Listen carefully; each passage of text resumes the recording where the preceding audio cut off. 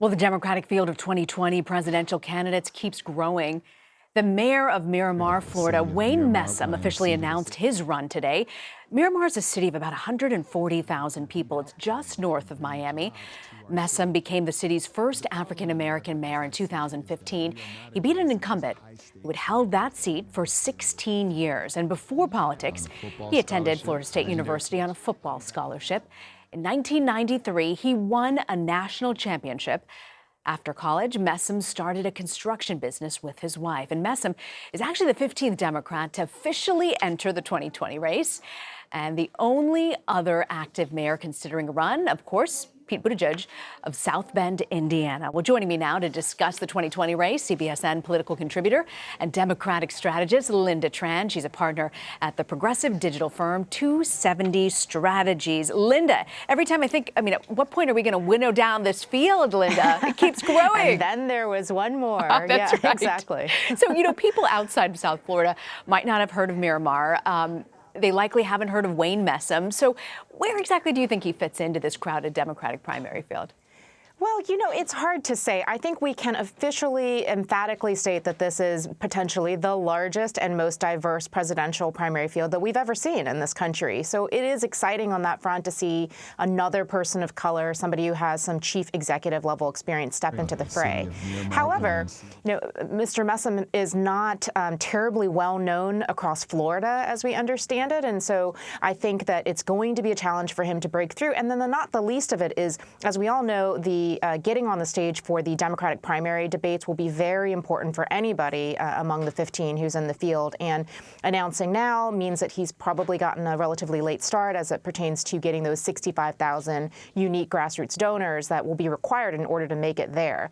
However, I think if 2016 has taught us anything, you never know. So stay tuned. Very true. Very, very true. So when you look at these cities like Miramar, 40,000 more people than there actually are in South Bend. We've seen Buttigieg surge recently in polling in Iowa. Do you think Messam will be able to elevate his profile to the same degree that Buttigieg has been able to?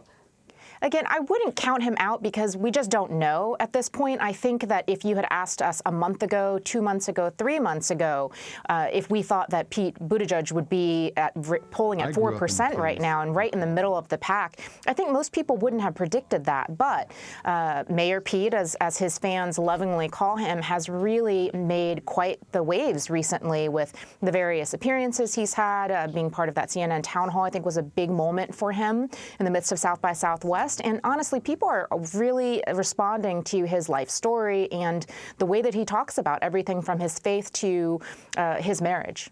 He's actually received some really good news today. There's a new Quinnipiac poll. It shows that he has 4% of support, and that actually ties him with Senator Elizabeth Warren. It puts him 2 points ahead of Senator Cory Booker and Kirsten Gillibrand. We're still 10 months away, though, from Iowa.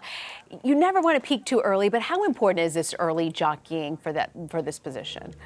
You never want to peak too early, but you do want to make sure that you're among that front pack as soon as you can, in the sense that people decide among the talkers and the pundits and the prognosticators whether or not you're viable pretty early, long before I think the vast majority of voters are paying attention. So it's good news for Mayor Pete that he's part of the pack and that he is tying, as you said, with Elizabeth Warren. I think it really speaks to him pushing really hard. The fact that, again, his bio is really positive. People like the fact that he's a veteran. People like the fact that he's been a Rhodes Scholar and some of these other things that showcase his intelligence and his skill. And honestly, being a chief executive and having that kind of experience, I think, is an important part of what should be a credibility factor for anybody who's running for president. Also in that Quinnipiac poll, it was interesting, the number about President Trump. 53% of voters surveyed said that they would definitely not vote for President Trump if he's a 2020 a Republican candidate. Compare that to just 30% who say that they definitely will vote for him. What do Democrats need to do to keep this number where it is over the next year and a half? It's still a long road until people are actually casting their ballots in 2020. Well, the thing about the numbers for Donald Trump, and while those don't sound good for him, what we do know is that his base is extraordinarily loyal to him. They are very enthusiastic. That core of 30-some-odd%, they're very enthusiastic about him and what his administration has done for them since he's come into office. And so I wouldn't count that out at all. For Democrats who are in the field right now, they've got to be looking at these numbers and thinking about how low the threshold is to get the plurality that's needed to win in some of these early states. And overall, it's clear that people on the left are motivated by any sort of anti-Trump frame. The question now is, how do these Democratic candidates separate themselves from each other in the field so that they break through? Finally, before you go, I got to ask you about another candidate. You said at the beginning of this talk that there's always one more. We've got another potential candidate, former Virginia governor and Clinton 2008 campaign chair Terry McAuliffe, reportedly seriously considering entering the race. Tell us a little bit more about Terry McAuliffe, and do you see him really fitting into this race?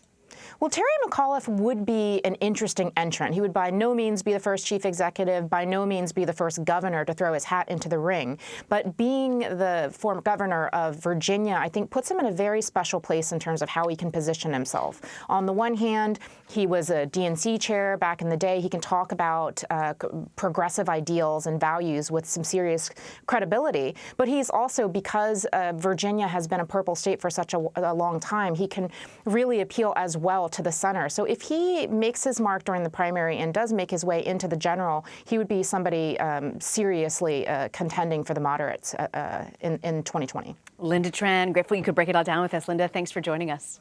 Thank you.